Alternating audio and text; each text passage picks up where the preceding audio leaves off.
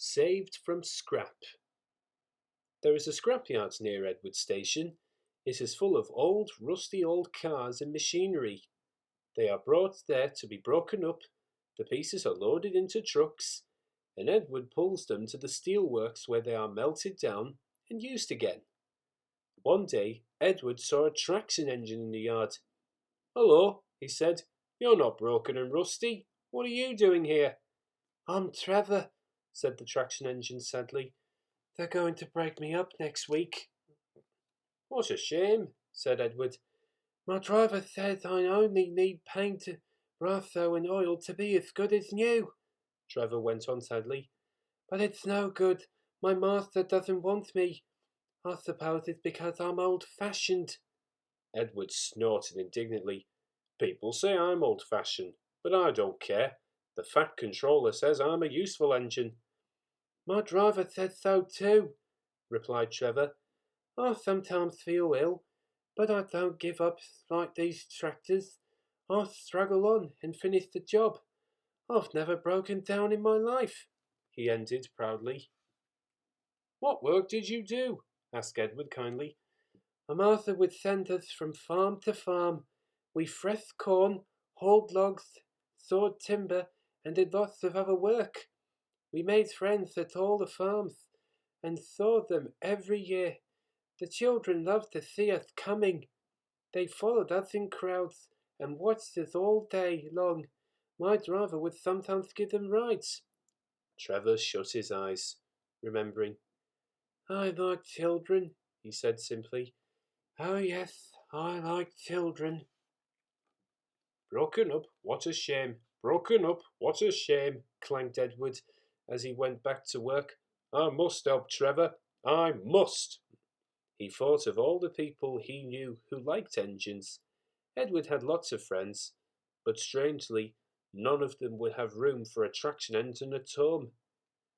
"It's a shame, it's a shame," he hissed as he brought his coaches to the station. Then he whistled. "Why didn't I think of him before?" Waiting there on the platform was the very person. "Morning, Charlie. Morning, Sid. Hello, Edward. You look upset. What's the matter, Charlie?" he asked the driver. "There's a traction engine in the scrapyard, Vicar. He'll be broken up next week, and it's a shame.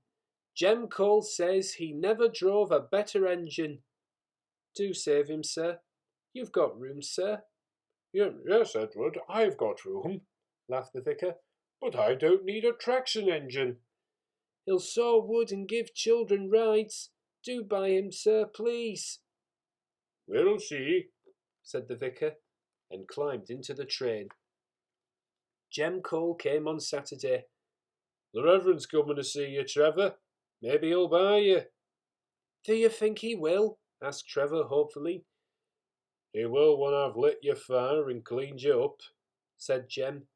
When the vicar and his two boys arrived in the evening, Trevor was blowing off steam. He hadn't felt so happy for months. "What's this, Reverend?" called Jem, and Trevor shuffled happily about the yard. "Oh, Daddy, do buy him," pleaded the boys, jumping up and down in their excitement. "Now I'll try," and the vicar climbed up beside Jem.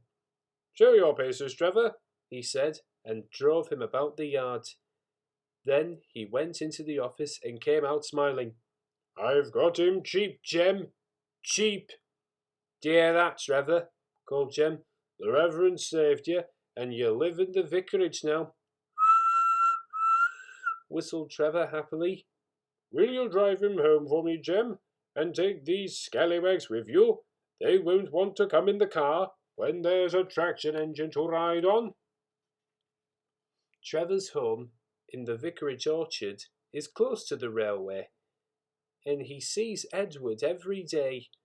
His paint is spotless and his brass shines like gold. He saws firewood in winter, and Jem sometimes borrows him when a tractor fails. Trevor likes doing his old jobs, but his happiest day is the church fete. Then, with a long wooden seat bolted to his bunker, he chuffers round the orchard, giving rides to children. Long afterwards, you will see him shut his eyes, remembering.